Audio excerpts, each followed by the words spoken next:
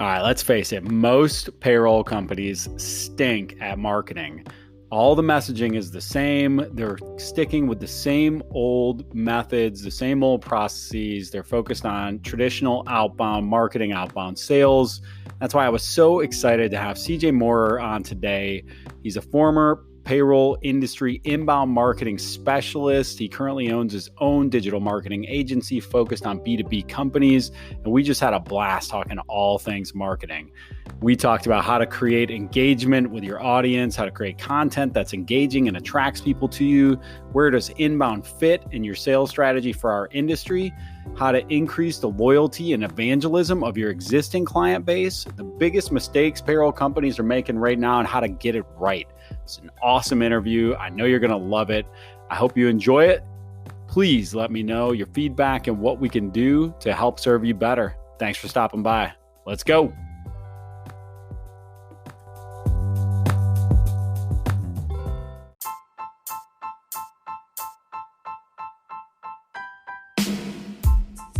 Welcome to Payrolling, the show where you will learn how to operate and grow your payroll business from the most dynamic minds in the business. If your company offers payroll services, this is the podcast for you. And now, here's your host, Matt Vady. Let's go.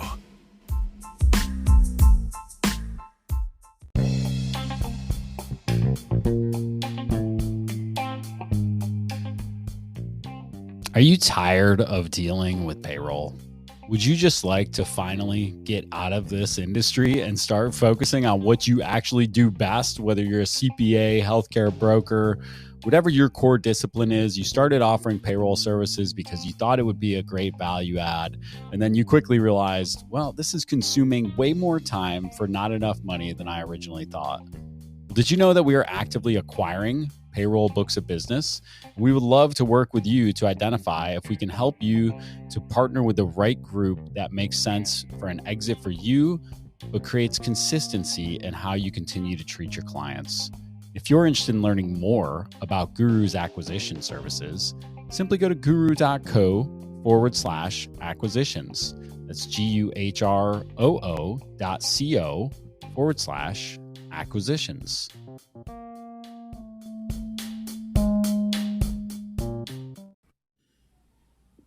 CJ, good to see you. Long time no see. How are you, sir?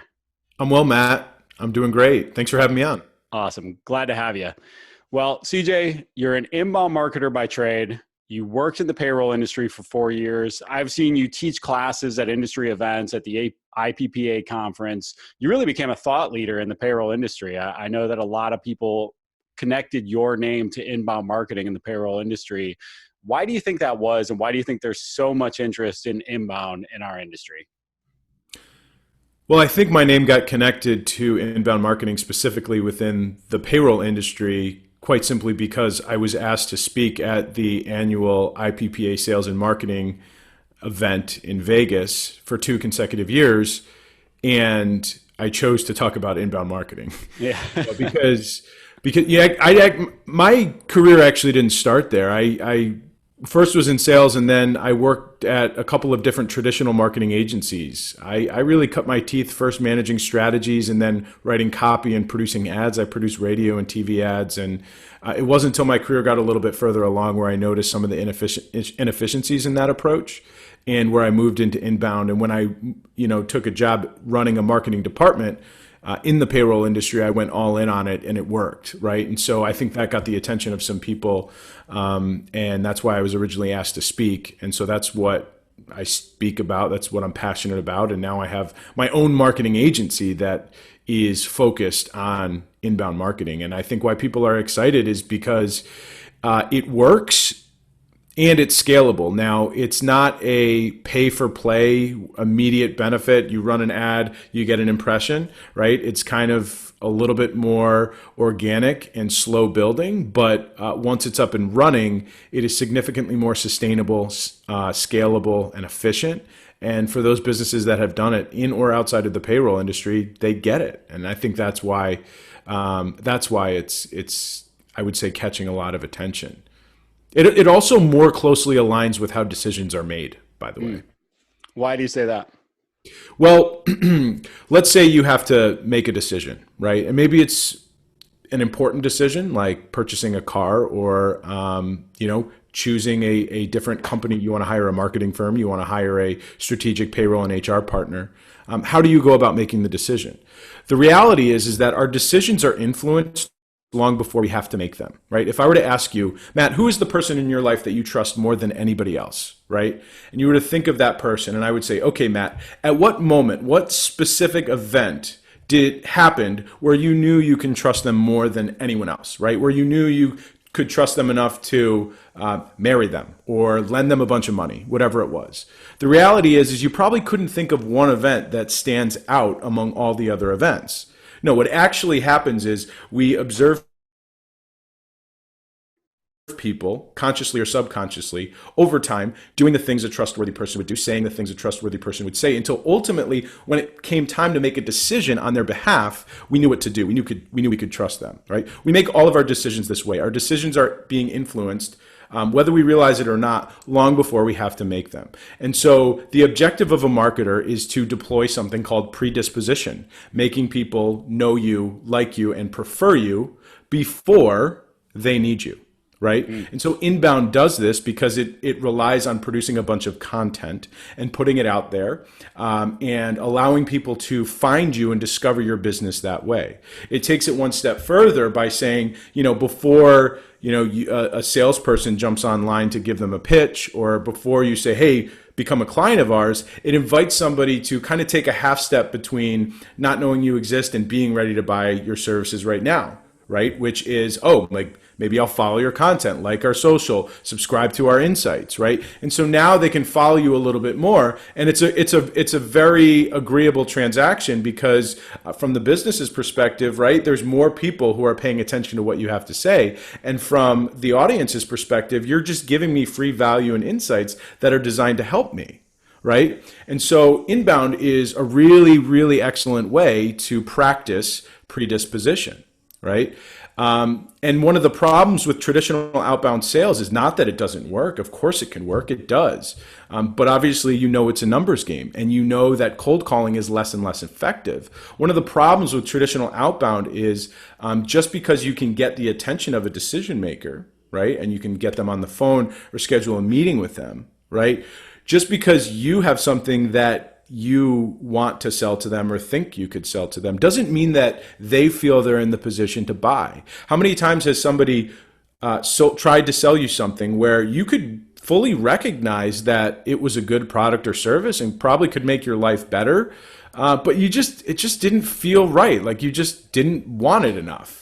And sure, so we come up with things like, well, I'm just not really sure the cost justifies the value, or, I'm not really sure my problem is that bad right now. Sometimes it's just, you just don't feel like it's a priority and it's not something that's worth your time to address. So what inbound does is it allows you to get on the radar of potential buyers, and it allows you to influence them and predispose them so that when that need exists, you're there. Right? It's not the only way to do that. You can predispose people. Lots of brands do it through radio and TV and traditional advertising. But inbound happens to be the most effective way for, I think, businesses that are like the payroll industry, because most of these small or regional payroll companies don't have the proper budget to properly to run enough ads in traditional advertising at the right frequency over the sustained period of time for that message to get out there enough.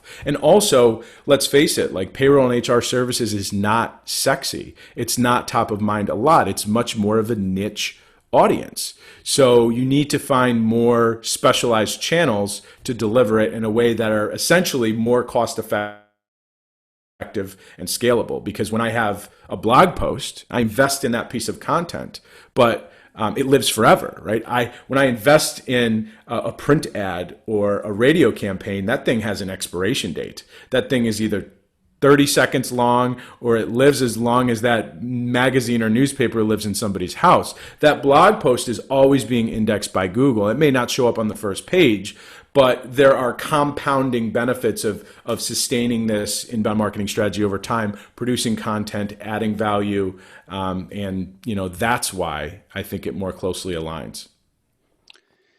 Well, and you touched on a lot of interesting things in there. And I think the one word that keeps popping up in my mind as you're going through that is intent, right? Buyer intent. So there comes a point, nobody has any intention when you hit them over the head at their desk with your cold call of buying at that time, unless you just happen to strike gold and make a call and somebody just happens to be evaluating at the right time. Whereas if you're positioning valuable content throughout the entire front end of that buying cycle where people can see you, trust you, like you, get to know you, then you'll be there when they intend. And like you said, when Google starts indexing and I put in that key search term for, payroll services in my area or, human resources outsourcing, whatever it is, then the intent is there and you're raising up and being there at the time of the buying decision. If you've created some brand equity, then they're able to make a decision that's most valuable to them and best for you. So let's talk about that.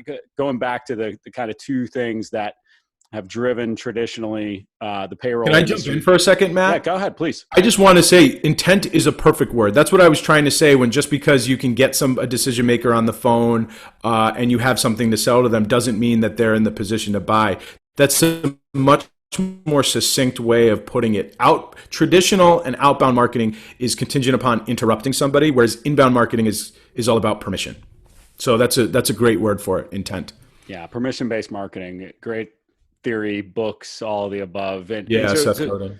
So let's talk about that. Let's go back a little bit and to your point, let's get a little bit more succinct explanation of what inbound marketing is. So I'm your newly formed payroll company. I've grown up with ADP paychecks, the old school way of doing things. And I'm striking out on my own and I'm getting ready to start my business. And CJ comes to me and says, you need to be focused on inbound marketing. Well, what exactly do you tell me that? I don't know what that means, CJ. What is that? Well, first of all, your first problem is asking me to be succinct. Yeah, welcome to the club. I'll do my best. Inbound marketing is the process of attracting, engaging, and delighting customers through content and valuable experiences and rituals. That's the most succinct way of putting it, right? That could also sound vague. It's like, oh, sure, who wouldn't want to attract, engage, and delight more people? So really, inbound is the process of getting found online. And you do that by improving your website, putting more content out there, and creating ways for people to start engaging with your brand before they're necessarily ready to buy. Following you on social media, subscribing to emails. And then, when they are, being there to provide an incredible offer, experience, engagement between the marketing and sales handoff and with the sales department. And then realizing too, and this is the big thing that I think makes inbound and why this is it's less about marketing and really just about growth, is delighting your customers. Your customer base is probably your single greatest marketing asset, yet most marketing strategies neglect it because we're so used to thinking of this funnel model, right? Where you bring in new leads at the top, it narrows a little bit, right? And you engage them from a sales perspective, and then you close and you get the deal, and that's the output, the afterthought, you're done. Rather, your customers are most likely to continue paying you. They're most likely to be upsold on new products or upgraded to a bigger service package. And they're also more likely to share testimonials, write reviews, and refer people to you. So the amount of growth potential that is locked up in all this kinetic energy, or rather potential energy, in this asset that is your customer base is incredible, and most people neglect it. And so how do you unlock that? Well, you find ways to reduce friction in the customer service process by using content and technology and reward systems. You know what I mean? You share the same content that you use to try and attract people to your website, you share with them.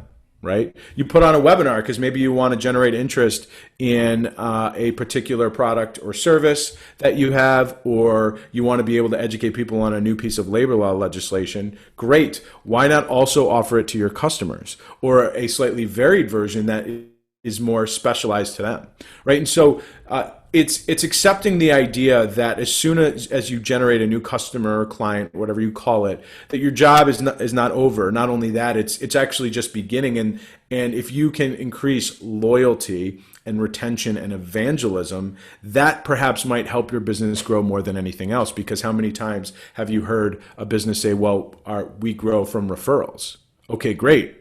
So do most businesses. So do most B2B companies. My business, it grows mostly through referrals, and I do a ton of marketing for just being a small marketing agency. But most of the inbound marketing activities that I do, my blog, my podcast, my email marketing, my social media, that is activating my network, that is keeping me top of mind, that is reminding them of the unique value that I offer, and it is creating a closer bond of value that they wouldn't get elsewhere is the word. So and so it's this strategy that so many people think of as like, oh, lead gen, marketing automation, handoff to sales. Great. That's half of it, right? The other half is engaging people better, combining it with your offers and other ways to entice people. Because look, let's face it, we're for-profit businesses. We want to grow, right? This is not just like, this is not just always wait. Yes, part of inbound marketing is saying, hey, we have these products. Let's talk about them. Hey, you've been following our content. Would you like let's do a CNA, or we're running a promotion on our timekeeping product, or whatever it is, right? You mix that in there, right? But it's also, like I said, a big part is the customer base. So I started with a very succinct explanation. It's a process of attracting, engaging, and delighting. But then, of course, I supplemented that with the long-winded clarification. That's all right. We don't put an end time on this thing for that reason exactly. But you hit on a couple of you hit on a lot of really important things, but I want to expound on a couple. So client retention. So our industry average hovers somewhere around 88 to 90%. And so if you look at your client base today, if you have 500 clients and you just take away 10% year over year, it's not too long before you're down to zero, right? And the thing about that number that makes it so critical is you can improve that number with less effort than you spend on your sales efforts, right? Correct. And so it takes less energy to delight than to attract sometimes. But in return, the delight of the current customer base attracts new customers. They become advocates, brand advocacy, all that good stuff. Great referrals, which I want to talk more about referrals in a little while, so I'll table that. But you talked about something there too with the content engagement.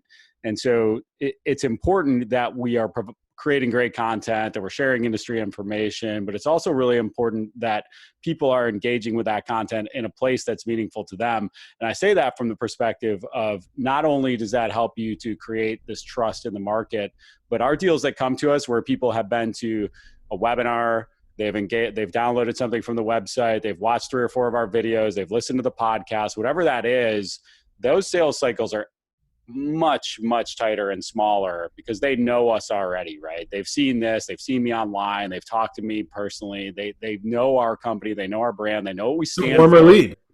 What's that? The warmer lead. Right. And those are, still coming in from the street, right? And so it's interesting just to watch the sales cycle, how much longer it is, even if it's just that initial, I Googled payroll services in my area and you came up on page 1, very different than engaging with content, right?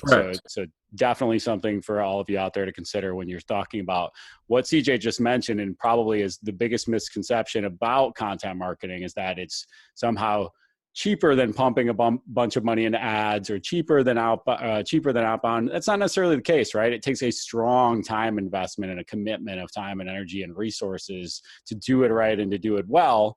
But the returns are tremendous. But let's talk about that. The biggest challenge for me has always been, much like referrals, inbound, hard to forecast, right? So it becomes very difficult to know what your pipeline is based off of potential inbound marketing campaigns. Talk to us about how you approach that with your B2B clients.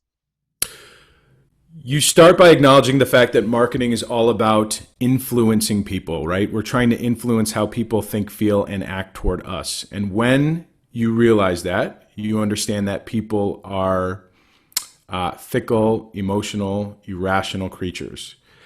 You can never predict what somebody is going to do, no matter what. You can never 100% predict it, right? And so because of that, marketing can often be unpredictable. Now, the way to get around that is to just do the work, and see what happens.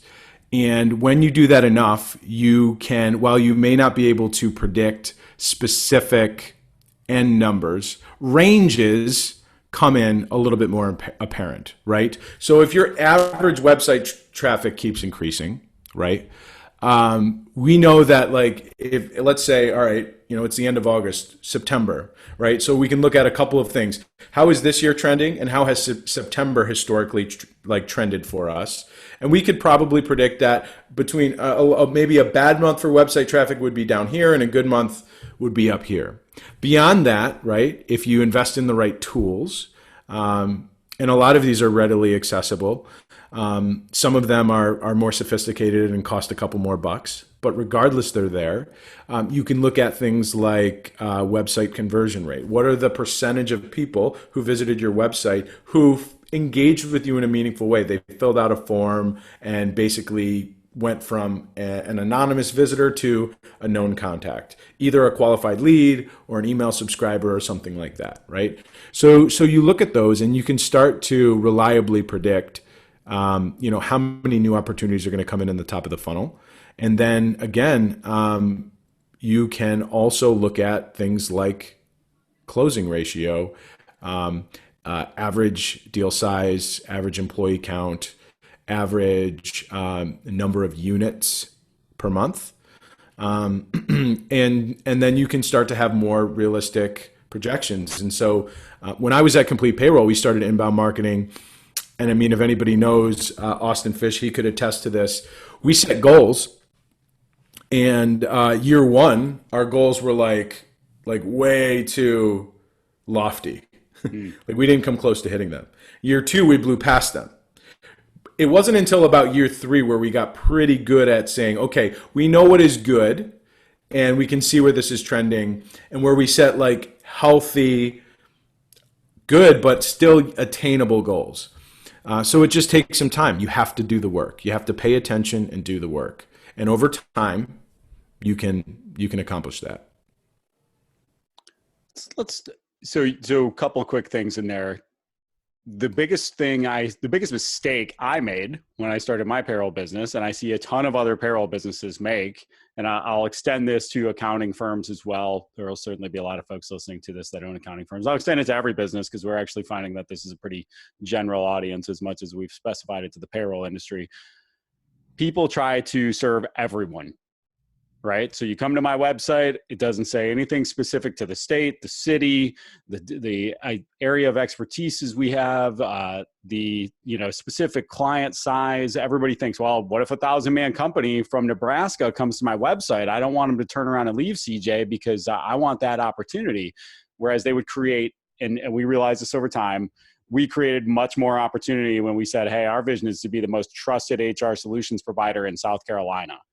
And we got hyper-focused on making sure, and we say it all the time, look, we've got X millions of dollars before we exit this city, then another X millions of dollars in this city, then another X. And while we have customers all over the country, and that happens because of, all the things we've talked about, the content we produce, the relationships we have, they all attract folks from all over. Our target focus is here, and we make sure that's clear when you hit the site so that you know whether or not you're in the target focus, right? Like we don't serve companies with 500, 600, 700 employees, not our target market. And they should know that. And they should know that when they reach out, I'm not going to stretch for them and try to make them my target market as well. Chasing those things is bad for business. But so let's go back to some of the other mistakes. So those are some of the mistakes I've made, of the millions of mistakes I've made. Another, it can be, this is a delicate thing. You can spend too much time on this stuff if you're the business owner. So maybe you ought to talk to somebody like CJ. But what are some of the biggest mistakes you see payroll companies specifically making in their marketing efforts? I think there's definitely a lack of differentiation to what you say. You know what I mean? Even when asked, so how are you guys different? Well, service, right? Everybody says service, right? You need to tell a more compelling story than that, and you need to give concrete examples why. So that's one thing. The other thing I would say, right, is undervaluing the potential in the website and content as a tool to be more than just an online brochure, but actually help you get found online and generate leads. It absolutely works. And it just takes, a little time and a little bit of elbow grease, and it can absolutely work. Another thing I think is an over-reliance on outside sales, right? Because you engage in a vicious cycle of trading your time for sales, right? And I am somebody who was at a company when I worked Complete Payroll who, from a marketing standpoint, benefited greatly from a healthy outside sales department. Because not only were they also already generating awareness for the business, but they were also foot soldiers for helping amplify the marketing messaging and the content. I am convinced that if not for that sales department, the inbound marketing strategy that I deployed there would not have been effective. So please, I hope nobody who's watching or listening confuses this for any slight toward a traditional outside sales department. What I mean is an over-reliance, though. If that is the only way you approach growth, then I think that's missing a lot of opportunities. There are a handful of ways to grow. You can generate more leads. You can increase closing ratio, right? You can increase loyalty, right? People stay with you longer. You can increase pricing or upsells, or you can generate more referrals. Those are pretty much the five, or you can, aside from like acquiring somebody, right? You're either going to get more leads, close them better, raise your prices, keep people longer, or get more referrals. I mean, I defy you to name more than one other thing that falls outside of those ways to grow. So my question is your objective to have high sales activity, or is your objective to grow? Do you really want to grow? Right? You want to see at the end of that balance sheet, you want that number at the bottom to be bigger. So how are you going to do that? And not acknowledging all the ways that you can get that done is not doing a disservice to the growth of your company. You touched on some critical things there. There's something we put inside of all of our sales literature here. If you sell for ERG, you're going to see it multiple times over. And that's, instead of the old ABC cliche, always be closing, we have ABV, always be valuable. Because to your point, your outside folks, even inside folks, should be an extension of creating value for the client. You do that with great information in our world, and that happens in a lot of industries. The way you create value is by providing people with either a perspective, access to information, whatever it is that's going to help them to grow. They want to grow their business. They don't really care about you, which is the other piece that a lot of people, don't get me started on the sort of we phrasing rather than the you phrasing, right? People don't care about you. They care about themselves. They want you to speak to them about what's valuable to them, not valuable to you. And when you start doing that and creating great content, creating great resources, great assets, you will get more leads, you will increase your closing percentage, and you will get more referrals. Now, closing percentage is something I want to touch base on for just a moment, because this is one area I've excelled throughout my career, one of very few, but I would never drag people through a process who are not a good fit for what we do. Just happened last night. Just sent somebody an email, just said, hey, look, based on what you've told me, you guys are not a good fit for us. We're not a good fit for you. I'm going to clear the deck, let you go look at some other providers. Now, they're a bigger account. It's one of those ones that you could very easily get, stuck up in. And yep, I want to get my hat in the mix, and I'm going to try to do whatever we can to win this business. And, it just wouldn't be a good fit for either party. And that's hard to walk away from. But I'll tell you what, people appreciate that a lot more. I've gotten referrals from people who I've walked away from because they trusted us afterwards, rather than us dragging them through a sales process only to find out that we weren't a good fit and they picked somebody else anyway, and we've wasted all that time and energy. And so being true to who you are is critical in this industry, especially for local regional providers, right? Your reputation. We have the benefit and the curse of the lack of history that some of these nationals have. The benefit is that they've lost that same account 5 times, and they've, boomeranged back and forth to them in the past. Whereas we don't have the history sometimes. We're 6 years old. We're still fighting that battle occasionally where it's like, yeah, we like the security of a big national company. Yeah, well, that's a whole other story. But we thankfully, we don't fight as much anymore. But it was certainly the first 3 years, that was a challenge, right? And we were always trying to overcome that as part of our value proposition.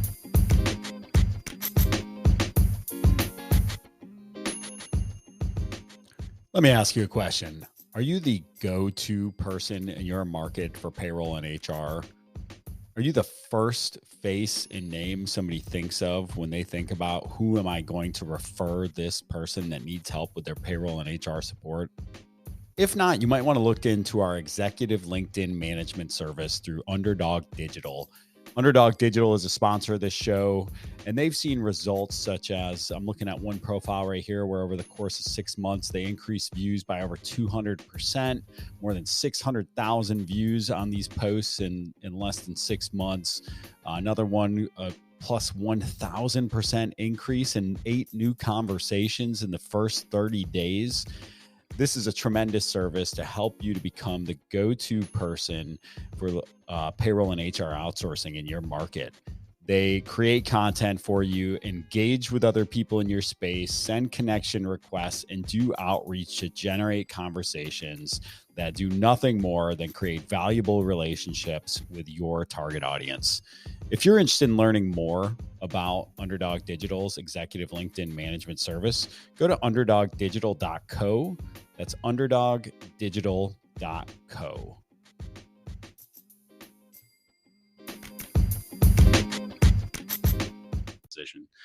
Yeah, customer or prospects aren't stupid. If you're not a good fit, they'll probably figure it out. Yeah, exactly. So why waste 4 meetings to do it, right? So talk about let's expand on some of the opportunities you see in this market. You talked about something, you just brushed past it a few minutes ago, and I remember you speaking about it at the IPPA a couple of years ago, and that's that client-facing marketing, right? Mm-hmm. Creating more value for your clients. Sometimes that's in your support touches. Sometimes that's in, like you said, webinars, things like that. What are some opportunities for us as small businesses and payroll companies to provide more value to our existing clients in the form of marketing? Yeah, one is listening to them. I mean, can you survey them and collect feedback? Maybe once or twice a year, just a general client satisfaction survey. Also, in Completely Payroll's case, and I believe you're familiar with HubSpot, right? That's a really powerful marketing, sales, and service tool connected to a CRM. I use that as an example. There are many other platforms that can do this. But the idea of being able to send a quick, a support ticket gets closed. Can you quickly follow up with a, hey, thumbs up or thumbs down? How was that? Right? Did we solve your problem? Things like that. So there's global, tell us how we are as a company. And then there's just quickly evaluating, different lines of support, people, departments, and things like that. That's going to give you a lot of really valuable data. Customers will tell you how to market to them better. They will tell you what they want. You just have to seek it out and you have to listen. So I think that's one thing to really be mindful of. The second is just create content that is going to help them make their lives easier. One of the things that I believe as it relates to the payroll industry is if you're selling payroll, I've heard people say, well, you can only talk about payroll so much. Correct. But guess what? Your target audience only cares about payroll so much. The people who are making decisions to hire you are either small business owners or HR managers. Think about all the things that they're worried about. They're worried about, payroll and timekeeping, but they're also worried about, HR, managing people, hiring people, firing people. That sucks. Nobody wants to have to think about that. What happens when I'm new to the job and I've got to figure out how to do it for the first time? Where do I go for insight, right? Best practices. Labor law legislation. I mean, that's really important too. A new law was just passed and I have to do what? By when? Wait. So how am I going to do this? Do I have to pay somebody? How does that all work? What if somebody could just condense it down for me and say, no, I got you. Here's all the information. By the way, call us if you have any questions. So there's, whether it be surveying customers, improving, reducing friction in the buying process by making it easier for them to to get support. I'm not just talking about, hey, call us anytime. What if they don't want to call? What if they want to just submit a form? Or what if they want to chat with you live through your website? Between that and then sharing that content, I mean, those are three simple ways. We won't get into every single potential way, but three simple ways. Survey and listen to them, reduce friction and provide better support, share content to add value, keep them updated, keep them informed. Those three things are going to do wonders. And even if it's just an email to them, to all your entire customer base once or twice a month, like I would just say, if you have to start somewhere, start there. That's probably the easiest. When you do that over time, they will share feedback too. They will say thank you. They will say, hey, this is great. Do you have anything on this? And you're like, oh, there's another idea. So now you create content around that. They appreciate it. Probably it's the whole, probably other clients appreciate it too, the whole thing in school, right? When you have a question, raise your hand because at least three other people have the same question. Same thing. If somebody has an issue, at least a certain segment of your client base has that issue too. Now you've created that content for customer service, but oh wait, you can give it to your sales team and say, hey, use this as an example of how much we care, right? When you come into our family, right? These are the things that we do to keep you updated and keep you informed, right? Now all of a sudden you're differentiating them, and that's a big thing too. People say, well, how do we differentiate the business? Be different. That's how. And now that same content can be published on social. You can put it on your blog where, it helps, search engines notice you. It's multi-purpose. It's incredibly versatile. And a simple way of doing that is just paying attention more to your customers. And that obviously will help with referrals too, to the original point of your question. They like you more, they stick around longer, they tell more people. That's how it works. Fantastic stuff. It starts with something that we've talked about in nearly every episode thus far, and that's processes. And if you're going to, it's one thing to be different when it comes to being a local or regional provider, but one thing you have to be the same on is people can't worry about whether or not the piece of fish is going to come out different every time they walk into the restaurant. They need to understand that you've got processes and systems in place built to serve them, and that there's not a bus, a one bus rule or whatever the term is for that, where if you get hit by a bus, there's no way they're going to get served. What's going to happen? Is everything going to fall apart? And that comes down to those things like surveying. I know for us, it's big for us to be able to go out and go, look, our average response time is 1 hour and 12 minutes. And so, we guarantee you we're going to respond in less than 2 hours because we track it and we look at it every single day. And it's something that's really important to us. And is that hard for us to do? No. And does it do the same thing CJ is talking about where it spits out the survey? Now we can track, oh, great, we've got 98% customer satisfaction because we're tracking it. Once again, repurposing that into marketing, that becomes part of all of it. And you talked about repurposing. You started moving down that path, and I'll continue to take it a step further because there are so many folks out there that are 1, 2, 3, 4-man shops, 5-man shops. I mean, Paul Altavina talked last episode about how few payroll companies make it over $1 million, then 5 million, then 10 million. And so when there's just a few of you, you have to repurpose everything. So for us, if we're going to create a new hire onboarding guide for one client, which we are going to because we're doing their HR work, we're going to certainly create the checklist. We're going to certainly create it. Well, now we can repurpose it for all the clients, send it to the clients. Oh, great. And then we can take that, turn it into a more generic version, make it a marketing asset for download on our website where we're capturing emails and bringing them into the funnel. Now, optimizing for search, creating a blog post on top of it. Oh, great. Now I'm looking at it. I can read it. I can flip this camera on and do a quick LinkedIn post about it. I can drop it off at somebody's office. There's so many different places, something, to CJ's point, a client need or question becomes infiltrated throughout your entire marketing process, throughout your entire customer service process, all the way through. And I think that's where you see almost all styles of small business get in trouble is they answer that question 10 times a week and it never dawns on them to answer it to the public. Right. Yeah. So why don't I take that question? One of the things we just did today was kind of a hit them over the head was we just went through, we track a field in our CRM that says, why did you decide to partner with ERG? You have to fill it out during the new customer onboarding. If you don't fill it out, we ask you again on the kickoff call. And then guess what those answers are fantastic for? Geez, other people want to know why our current clients decided to partner with us. Guess what else is really fantastic for? We look at that. It's a static column on our CRM whenever our client service team logs in where they see it. So we can say, are we meeting the reasons why they decided to partner with us in the first place? Are we hitting the mark, or do we need to reevaluate how we're serving this client and make sure that we're on point? So all these things permeate throughout the organization. Asking why somebody came to you or chose to hire you is really, really smart. It's most people stop at how did you hear about us? But one of the things that I implore a lot of people, not just in the payroll industry, a lot of businesses to ask is, why did you hire us? Or another good one is, what do you know about us? And if your marketing strategy is good, they will start feeding back the themes of your marketing and messaging strategy. They'll start feeding it back to you, and that's how you know if it's really working. You know what I mean? So when Complete Payroll hears something like, well, I love the fact that you guys are just friendly and approachable and you care. And I mean, you produce so much content, like that's so much into the DNA of Complete Payroll's marketing strategy, then that's how you know it's working, right? And so sales reps oftentimes will forward emails along to us and be like, look what they just said about us, about like, things like that. So that's great. Good on you. Good for you to do it. I would encourage everybody listening, ask, why did you hire us?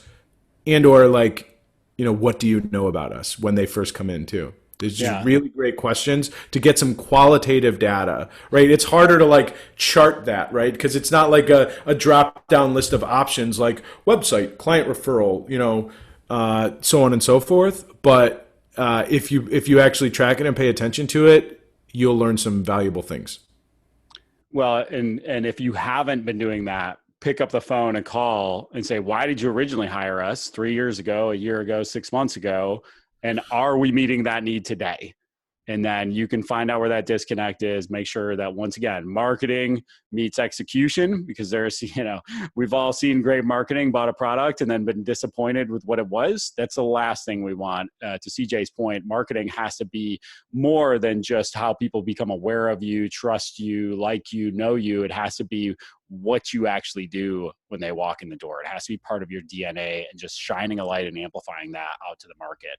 All right, you touched on something couple minutes ago that, man, I want to talk about this, every one of these with everybody for everything they do, but let's hear about your tech stack. I know you're a HubSpot guy. I know you're going to go to HubSpot for 9 out of 10 things, but let's hear what else you're using right now. What are some products you're excited with, and what are some things you're using? Yeah. So I'll start with the simple stuff. I use a Mac computer, which I know is not popular in the payroll world, or at least as popular, but no, Google Suite for email, calendar. My CRM is HubSpot. So that's where all of my critical contact, company, deal data is stored. I also layered on top of the core CRM and HubSpot are marketing, sales, and customer service tools. So I'm invested in the marketing tools and the sales tools. So I use it to do my social media. I use it to send email marketing, a whole bunch of automation, right? So if somebody fills out a form, it sends its email. And it gets way more complicated than that, so I'm not going to go through all the features. So like marketing and sales is all run out of HubSpot. I also manage my website out of HubSpot, which a lot of people may have WordPress or custom built. HubSpot also has a CMS, content management system, and I use that. One of my favorite HubSpot integrations is with Zoom, because not only do I do this for podcasting, but I do so many meetings through Zoom. So what's nice is I have a variety of calendar links that I send to different people based on different circumstances, and they could just find a time on my calendar, book it, automatically includes a Zoom link in that calendar. Talk about reducing friction. How much easier is it to book a meeting when you just send, hey, pick a time on my calendar and talk to you then, rather than doing 4 emails back and forth. Oh, no, sorry, Friday at 3 is not good, or no, what, you know what I mean? So much easier. So I'm a big fan of Zoom. For project management, I use Monday.com. If you run a business or you work in marketing, you've probably seen their ads all over social media. They do a ton of Facebook advertising.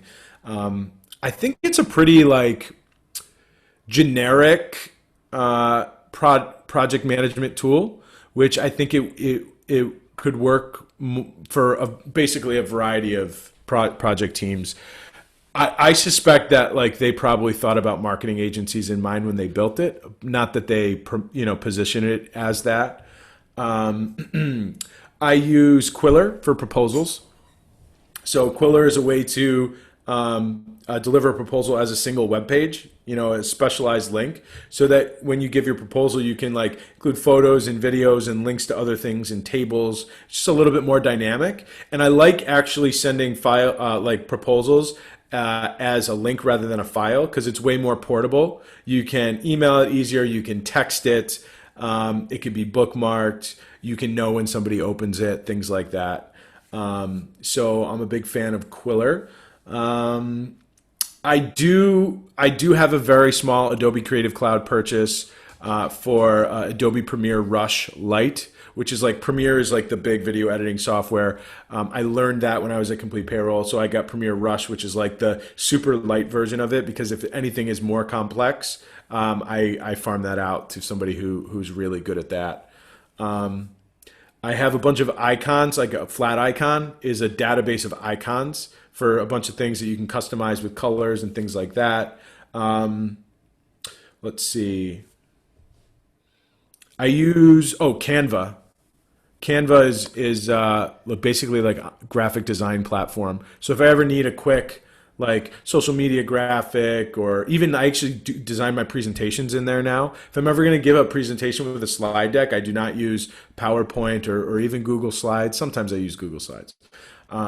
Huge shout out to Canva real quick. If you're just getting up and going on marketing and you're not going to hire a graphic designer, and you're not going to they've got so many templates built out that look modern, that look, unique enough, and you can just plug and play. Huge shout out to Canva. Definitely recommend it. Absolutely. I'm surprised I didn't list them first. Like Canva is one of the most impressive things I've ever used.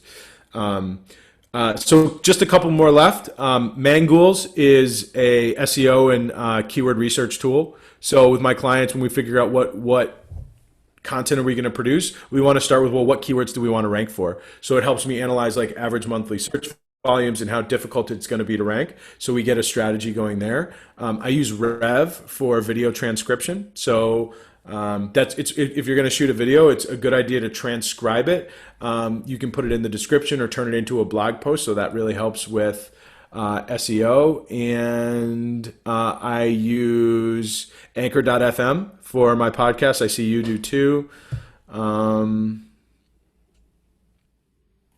And if you want to hear CJ and I talk about whether or not or why you should have a podcast, check out his podcast. Where can they find your podcast at, CJ? Oh man, let me go to the link. It's a great question. Well, obviously, if you go to my website, thegistcontent.com, and you just click blog, the blog. There's like in that feed, along with blog posts, there's recent podcast episodes. If you go to any of my social media pages, my personal LinkedIn page or my company LinkedIn page, you'll find episodes there.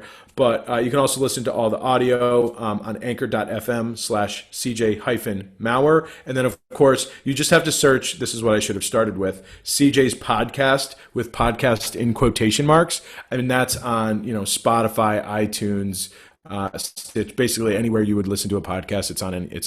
It's probably on that platform. Awesome. And I'm going to link CJ's podcast. I'm going to link CJ's LinkedIn profile in the show notes, and y'all can catch him there. But we talked a good bit yesterday about podcasting as a form of content marketing, and it is interesting. CJ, as soon as we hung up, and I know these will be airing at different times around each other. So, but as soon as we hung up, we were talking about, it's going to be hard to pick which sections to dice up into these small videos. And CJ hit on a couple other things in there of you're going to have a couple videos that are going to come out of this. You're going to have a blog post. You're going to have, those videos. One can go on LinkedIn native. One can go on YouTube native. And you just create so much content from one piece of content. We really expand on that repurposing of content over there. So definitely recommend checking that out if you're interested in hearing us talk. If you're one of the two people that would like to hear both of us talk more. No, I would say there's at least 7. Yeah. There, and I'm sorry for you guys. But now, CJ, what else? Any other parting comments? Any parting wisdom you'd like to leave everybody with?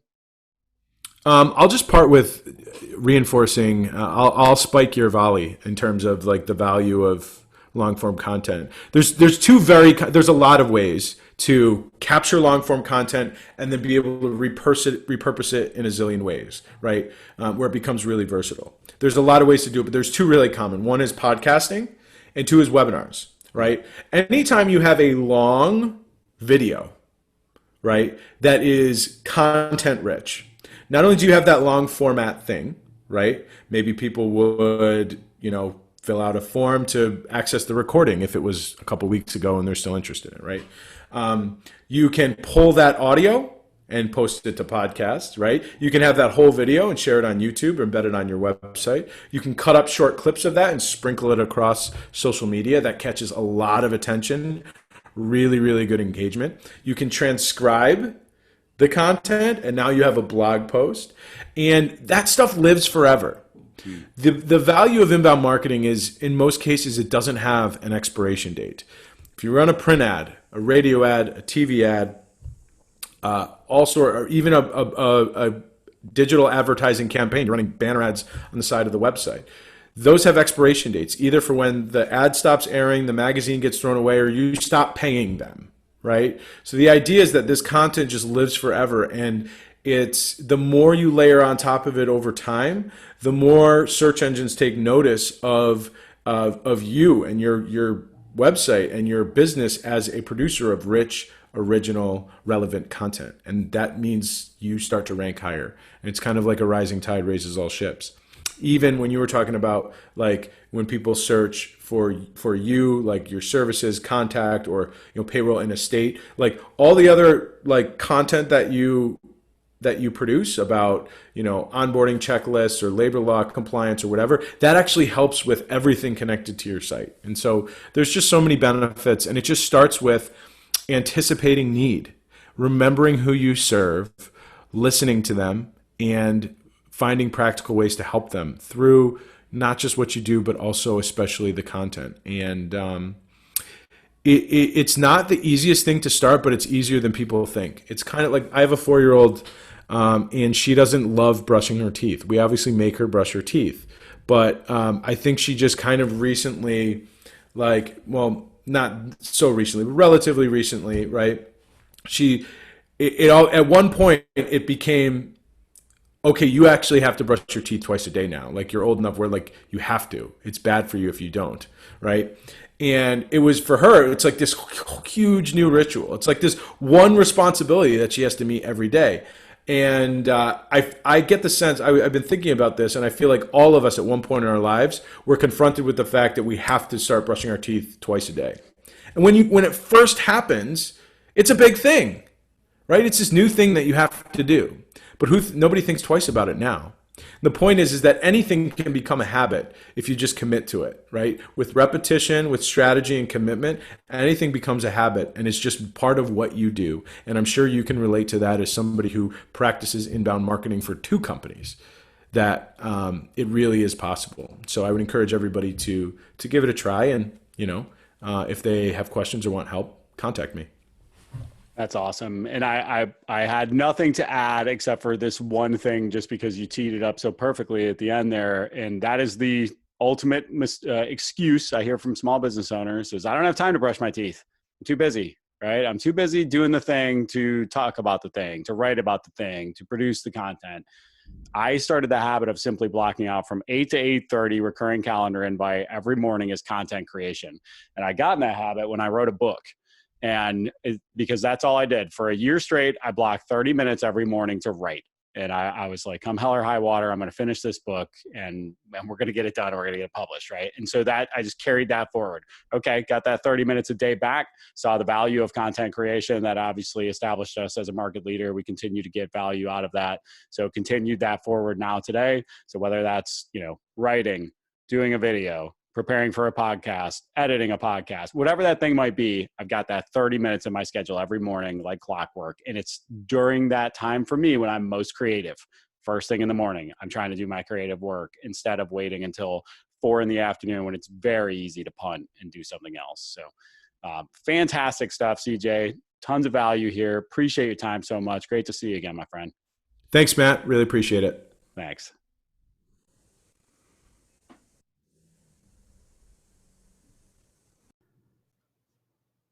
If you enjoyed that episode, please share it with someone else you know who might enjoy it and learn from this. And also, please rate us 5 stars on your favorite podcast player. We really appreciate you taking the time to listen, and also don't hesitate to reach out with other topics you'd like to hear more about. Thanks so much.